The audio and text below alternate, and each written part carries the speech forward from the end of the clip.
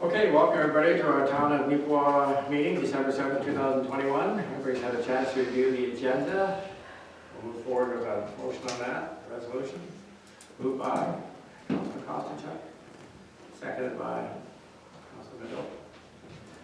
Be resolved, the Council of Town of Neepawa approve the regular meeting agenda for December 7th, 2021. All in favor? Carried. And the minutes, everybody's had a chance to review last month's minutes. No errors or omissions. And I move forward with the motion on that. Moved by Deputy Mayor Headley, seconded by Councilor Papa. Be it resolved, the Council of Town of Neepawa approve the minutes of the regular meeting and public hearing held November 16, 2021 as circulated. All in favor? Carried. Okay, anybody got any council reports tonight? Yes, Councilor Papa. I do. The Storefront Improvement Incentive Program received an application for approval this evening. Westlake Employment Skills and Services Center has put in a funding request in the amount of $395 to assist in covering the total cost of $885 for 2 new business signs to support the relocation to a new office space in the former co-op grocery building. There will be a resolution to approve the application later in tonight's meeting. The Roxy Theatre has a movie showing of the Polar Express on Sunday, December 12th at 2 p.m. Taylor Law Patterson's LLP is sponsoring admission costs, and the concession will be available for purchasing snacks for anyone interested. Arts Forward, located at 293 Mountain Avenue, presently has an exhibit showing the artwork of many students from Hazel M. Pellington School here in Neepawa. Everyone is invited to attend the showing during regular business hours, Tuesday to Friday, 10 a.m. to 5 p.m. The public, including the students from HMK School and their families, are also invited to attend a gala evening on Thursday, December 16th from 6:30 p.m. to 8 p.m. at Arts Forward. The last item I have this week is a reminder that everyone is welcome to attend public skating at the Yellowhead Arena every Monday evening from 5:45 to 6:45 p.m. and also on Saturday, December 11th, 4:30 p.m. to 5:30 p.m. and Sunday, December 19th from 3:30 p.m. to 4:30 p.m. And the Yellowhead Community Rec Center will be closed December 24th to the 26th for Christmas. All public health orders apply for the Roxy Theatre, Arts Forward, and the Yellowhead Community Rec Center. That's everything I have. Okay, thank you, Darren. Anybody else? Councilor Pell? Councilor Middle? Okay, I've got a couple here, 3 to be exact. The first one, I'm on the Rossburn Subdivision Trail Association Committee, and just to let you guys know, even though it's winter, we're still working on regular trail maintenance. Before the snow came, we did a thorough inspection of the trail, and we found some areas that require maintenance. And we're going to be repairing 2 bridges, and they're both trestle bridges. We're completing a project that we started over 2 years ago, a sub-trail. It's called the Flying Eagle Link Trail, and that's over in Rossburn. However, it's interesting how our local sub-trails got closed down, but we're still allowed to open other sub-trails, so I definitely have further questions about that. But that's going to be a really nice trail once we get that finished. Some small delays are happening due to some incidental variables. There's a farmer that's using the road allowance, which is actually our trail, where our trail is intended to be, so we're working on that with the local farmer in order to make sure that we don't have any negative interactions with our neighbors. Definitely, when we're working on those bridges, also the trestle bridges, we want to make sure that we have all the proper permits in place. So I've been using the things that we've been working on ourselves here when we experienced the flood, and tapping into the expertise of our administration here to find out how we can best help support this whole group here, because we're part of this really great group. The arm of Rosedale, we're still looking for a rep from there, since the Reeve gave up his seat on our committee. Because the trail runs through Rosedale, they really have to be a member. We need them. Right now, we're kind of just letting them know that we're going on to their property, and our intention isn't to infringe, but there's needed repairs that have to occur to make sure it's safe for everyone. Not sure how quick the bridge work will take, but we need something like 56 railway ties to help strengthen the decking of the trestle bridge that goes over the North Saskatchewan River. So if anyone were to cross-country ski down the trail from, if you're gonna go a couple hundred kilometers from here, you're definitely gonna wanna keep your eye open for the bridge, just the condition of the bridge. Another committee I'd like to report on is the Spruce Plains Justice Committee. We've been able to meet a couple times since our last council meeting here. And, you know, this is a committee that is really confidential, but it does a lot. It's all about restorative justice. And we were able to make a few big differences, even in our community and our surrounding communities that the committee encompasses. Because we're really dealing with the problem head on rather than somebody going to jail. It doesn't give them that chance to make things right. So if someone has an issue with whether it's a substance abuse or maybe they had a moment where they committed vandalism, a committee like this allows them to do the restorative justice approaches to make it right and then have a possible future too. Because if you do go to court and you get a record, it actually limits so many of your possible future outcomes. So definitely a really great committee we've been able to meet and make just the last one that I was at the past few days here. It really made a huge difference in a family, and there's a lot of hope and a lot of wishfulness that it's going to make a change, a positive change. And that goes to help support our communities too. So it's nice when that can happen. And my final one, which is a big one, the library report. November 17th was the last meeting. We're working on a new budget, and why it's really important is because the census numbers are expected to come out by StatsCan on February 9th. And the way we fund the library is a per capita funding number. So there's a lot of talk and discussions, and it's something that I'm learning at the same time, and I don't know if anyone knows the answer, but do you budget based on the current numbers, or do you wait, you know, until you get your new numbers? And in Neepawa, we're expecting a higher population rate. So that could mean a significant difference. It could even be as high as, I've kind of calculated what it could be based on our preliminary budget numbers. It could be another, right now we spend about 52,000 based on our population of 4,609. But if we're up there, say, just to, you know, give a ballpark number of 5,500, then that would be another $10,000 roughly. So it's something that we'll have to think about as we budget and finance. And again, it's also going to depend if we decide to raise our per capita levy. Last year we tried to do it, but all of the members of the library group have to agree, and we had one not agree. And it didn't have to be us, which was nice, because usually, you know, I'm there talking reason with people. It's interesting too, because it's not exactly fair, because some of our members there, they don't all pay the same. So to give you just a little perspective on that, the city of Brandon, they pay less money than we do per capita because they subsidize the rent of their building. But the rent of their building is a high rent. And you know, it used to be a prosperous neighborhood, downtown Brandon, but it's no longer, you know, the rent is just really high, like more than you would even guess. So it's a high number. So they're subsidizing where, according to their numbers, they're paying more than what we're paying as a community. That being said, we always put pressure to say, like, we need to make it fair. And like, we, as a town, we don't charge a lot of rent for our library, which is a building we own. And nor should the community members, you know, it's for your community. So it's something to think about. We have to kind of contrast that when we're looking at those numbers. What's neat about libraries right now is they've been, in Brandon especially, they've been hosting vaccination clinics at the Brandon location downtown. And that's given access to anywhere from 30 to 50 people getting their vaccination and possible flu shots.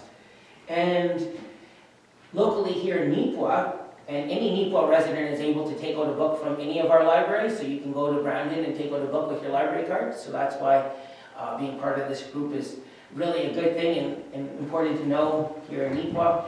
But in Neepawa, we circulated in the month of October, over 1,200 items were circulated in town. And Story Club has restarted again in our library, and you have until December 13th to pick up the story kits. So some local news at the end, but definitely lots of discussions about budgeting and how to account for our new staff. And we're actually still finalizing our new library director. So it's Have been... you hired somebody?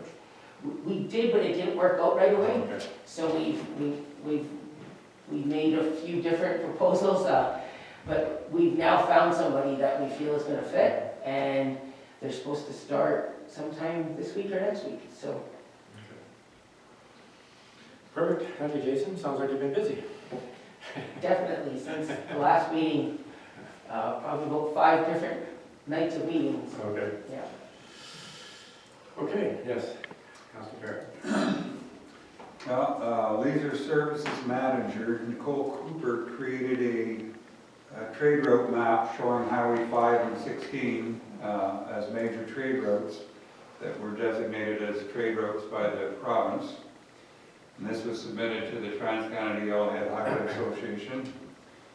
And the Highway Association has submitted letters to the different ministers of transport in the various provinces along the way, re-emphasizing the value of Highway 16 and all its communities along the way as a major trade route, especially now that the southern routes in BC have been compromised and the northern route is now becoming quite important in the northern ports.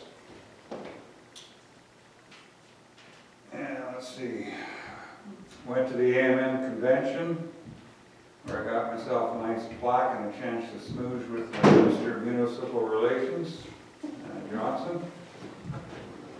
And at the AMM convention, one of the really important things is the ability to meet face-to-face with the ministers and the government officials and the people who make the decisions in the province, and of course across the province, all the other councillors and that. And you get to exchange a lot of information. And one of the values that we get is by actually approaching everyone as people and sharing personal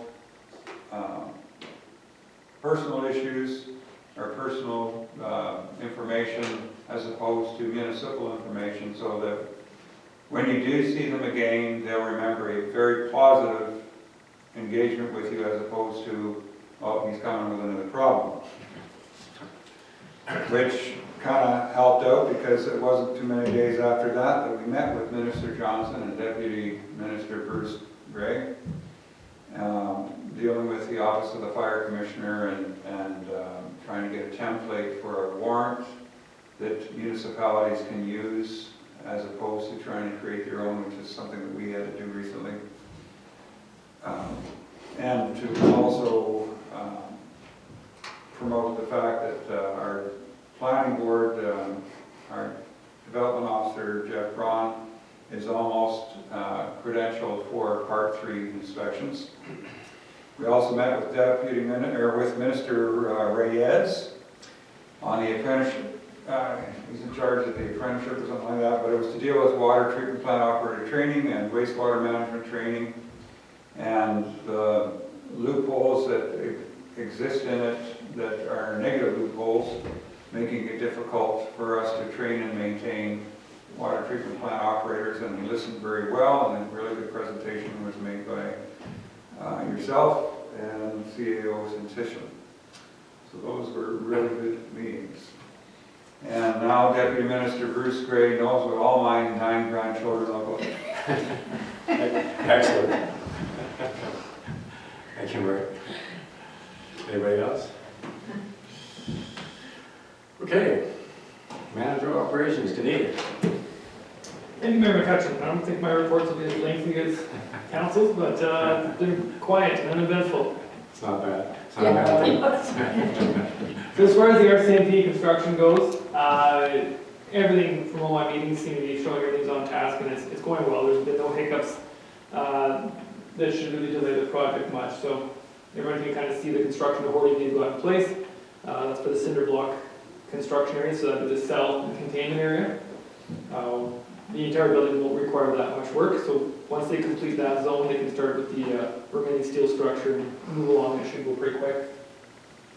My last meeting at the water treatment plant reservoir was same deal. Contractor's doing phenomenal work there as well. Project's progressing really nicely, and I believe this next week they're going to start pouring some of the ceiling slabs.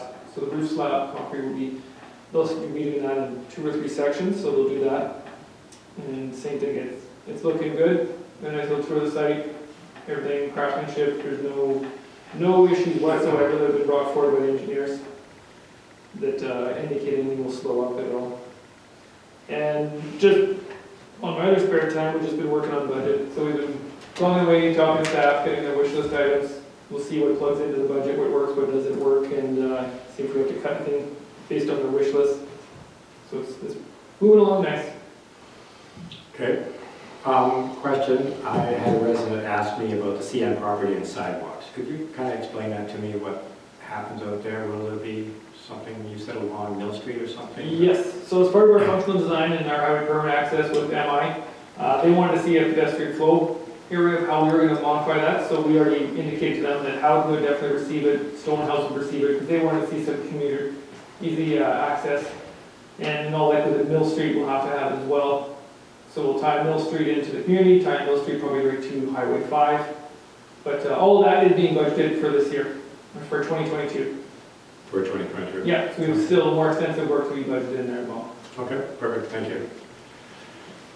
Anybody else have any questions for Denise? Okay. We are moving on to correspondence. Colleen, Stewardship Manitoba, multi-material. Okay, so the first one is the Multi-Material Stewardship Manitoba, and we received notice that an agreement has been reached between News Media Canada, the City of Winnipeg, and the Association of Manitoba Municipalities on an in-kind advertising program. Moving forward under the Stewardship Packaging and Printed Paper Program Plan, members of the News Media Canada and the Manitoba Community Newspaper Association will fulfill their obligations by contributing newspaper lineage to participating communities in lieu of cash funding. So a little bit of the background of what that means, you probably already know. Great.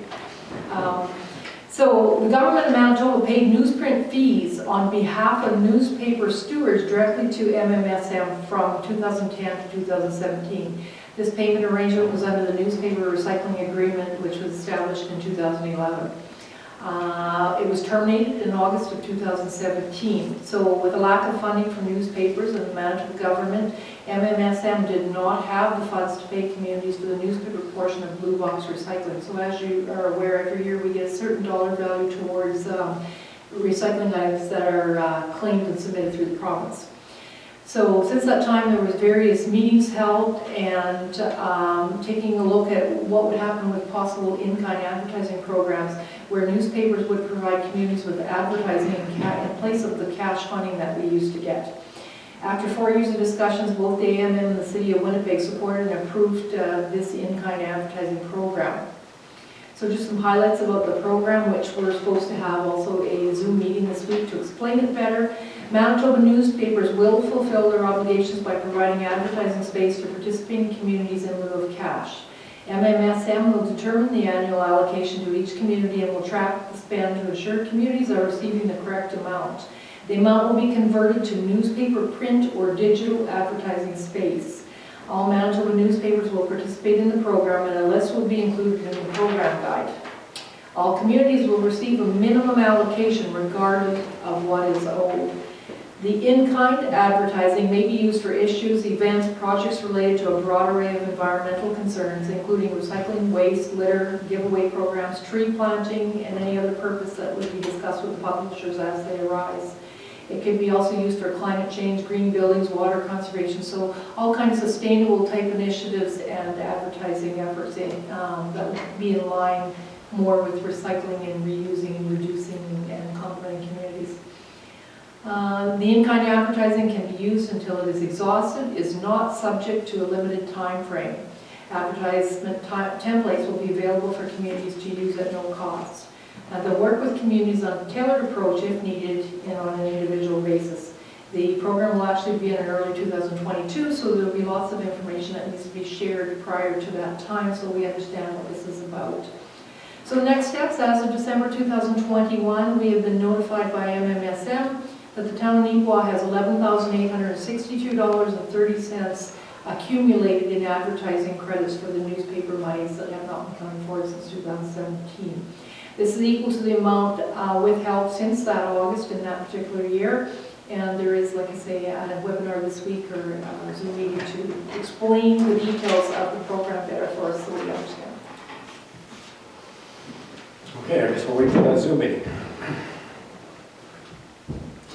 It sounds like an opportunity to, if we don't need all that advertising, we could use that as possible grants or donations to nonprofit organizations in the community to allow them to do more advertising.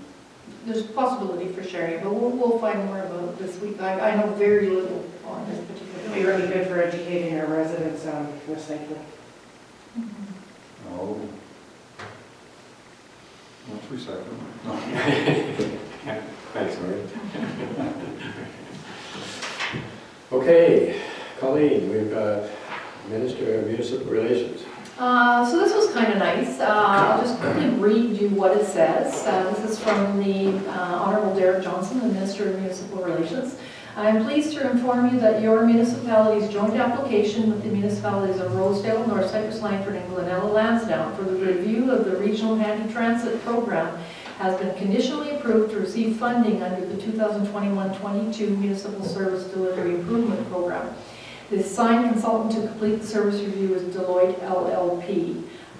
So just a little better explanation. In March of this particular year, the government was sourcing out the ability to have municipalities look at service reviews for things they operate in your community that really maybe have been structured in such a way that decades have passed, and to get value for money, they would actually assign you a consultant of some sort, depending on what is needed, to do the third-party review for you to say if you're on track, are you sustainable, or is there better ways to operate, what can they do for you. So we actually submitted a few applications at that time, and we were chosen. I think there was only 5 or 6 chosen in the province. We were one of the ones chosen to have the handy van program reviewed because it's been in place for decades now, and probably never actually, nobody went back to day one and said, where are we at and what is efficient, what isn't efficient. I think what came to light, COVID brought to light the difficulties in trying to run a program based on, what was established at the time, and Councillor Kostenchik sits on this, and understanding bylaws were old, things needed updating. So this was just perfect. We met with Deloitte and we spent about an hour and a half going over what we'd like to see achieved through this particular program. Analyzing the rates based on, the increasing costs of purchasing fuel. What do other communities do? Are we paying a proportionate share reflective of the usage in our community versus the surrounding neighbors, and understanding, we might have shorter distances to travel with more people, but, they have more kilometers to travel. Are there better uses? Is there better ways to raise monies? So we had a really good meeting with Deloitte, and now they're completing a statement of work. It's a template document that came up from the province of Manitoba. It's been submitted back into municipal relations for their review, and we'll be finalizing it this week and signing it. And my understanding, based on what Deloitte has told us, it'll be about a 6 to 8 week review, possibly starting in January. I think, is that right, Jody? Yeah. And hoping to get some information back. We don't really have to act on it. This is just information that's going to get paid. The company's getting paid by the province of Manitoba. It's not going to cost us to have this review done, and hopefully some very valuable information so that we try to make a sustainable service out of this. So unless there's something anybody wants to add, or No, I think I think we kind of summed it up there. COVID kind of opened the door for the handyman committee to see that there was just some holes in it, that, as you say, goes back to the 80s. to the 80s, right? I think it was started by the Lions. It's a very important service to have in the community, and I think the concern is to keep it sustainable, and this is a program that I think is going to assist with that, so looking forward to having their assistance. Yeah, as Colleen said, it doesn't cost the town, doesn't cost the municipality, so that's great. Okay, thank you. Okay, we are moving on to finance accounts for November 2021. Everybody's had a chance to look at them? No questions, concerns? We'll move forward with the motion. Moved by Councilor Costichuk. Seconded by Councilor Puzzle.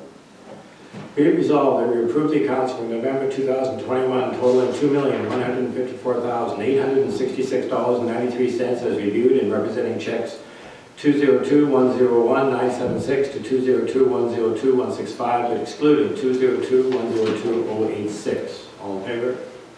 Carried. Mayor, fill yourself for conflict. We'll move on to the co-op bill. We'll go ahead with the resolution on that. Moved by Councilor Barrett, seconded by Councilor Will. Be it resolved that we approve check number 202-102086 for November 2021 to the Neepawa Gladstone Co-op totaling $2,411.64. All in favor? Carried.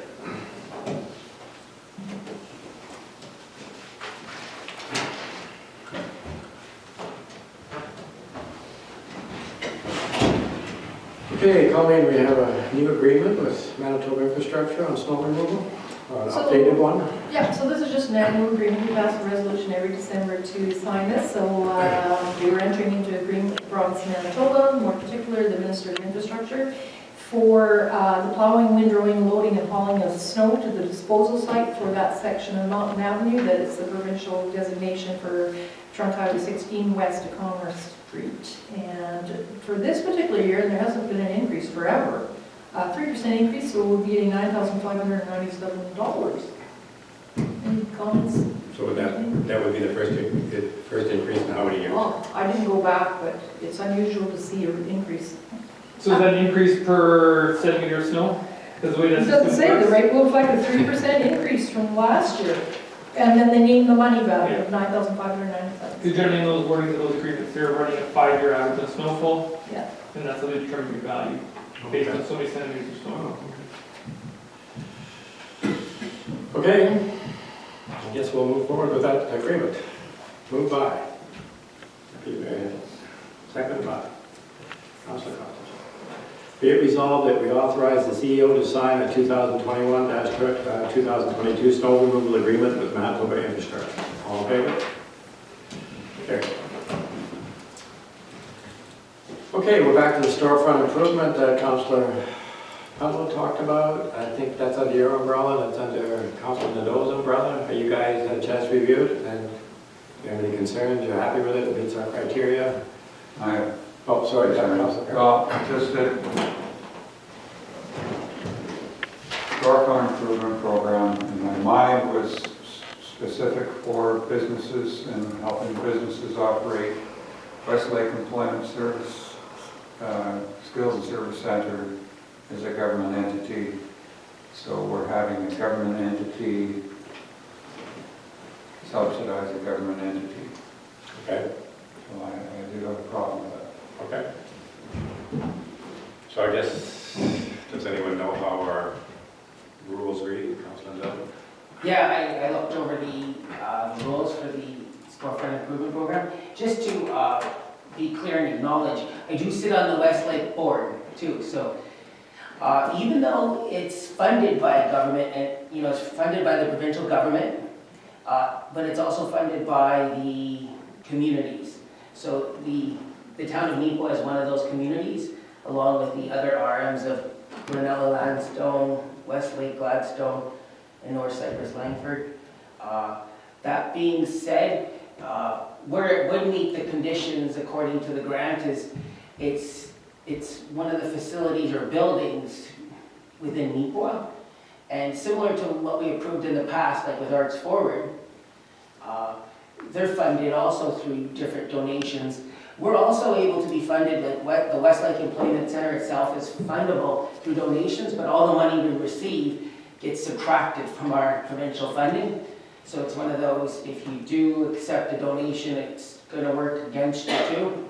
It's a weird funding agreement. So we have a special partnership fund, and go ahead, Councilor Kerr. So we're gonna give them money and they're gonna lose money because we're donating money. Well, this actually falls outside of that realm because the way that the town would approve this grant, it would allow them to claim it as a partnership fund through the partners.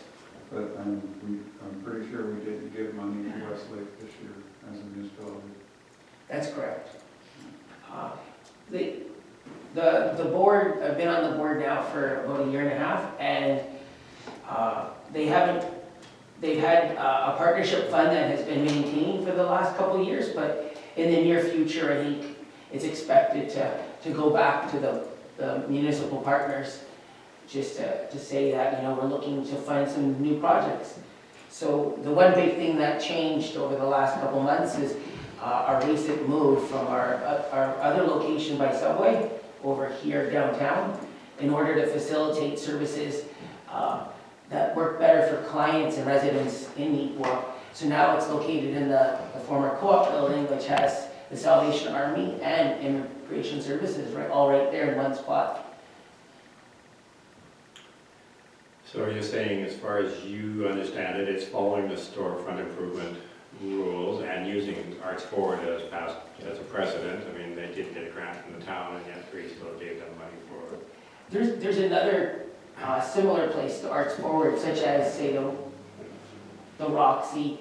I did talk about this with Marilyn to make sure if it would qualify, and also in her eyes, she said it would also meet the criteria, she figures. What it really does is it helps bring, if you think about it this way, it's a building right downtown Neepawa, and it's going to help improve the storefront, which is going to help improve downtown Neepawa.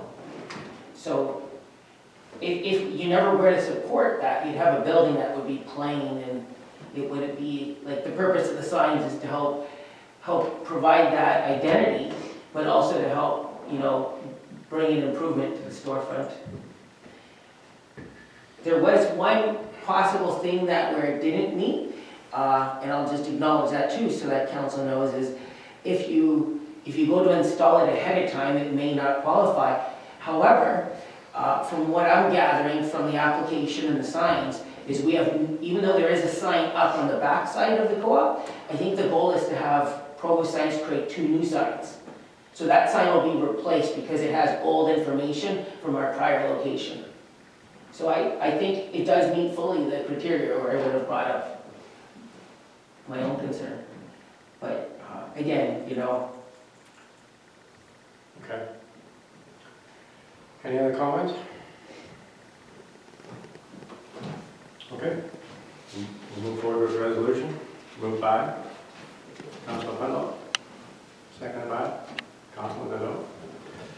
Be it resolved that we approve an application to the Storefront Improvement Program submitted by Westlake Employment Skills and Services Center for 2 new businesses to adorn the new office space in the former co-op building, incentive provided at 50% of the total cost, equating to $395. All in favor?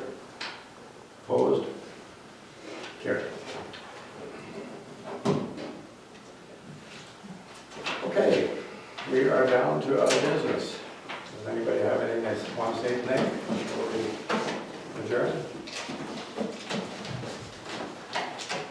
Okay, and I guess we'll move forward with adjournment. Moved by Councilor Platt, second by Councilor Costigan.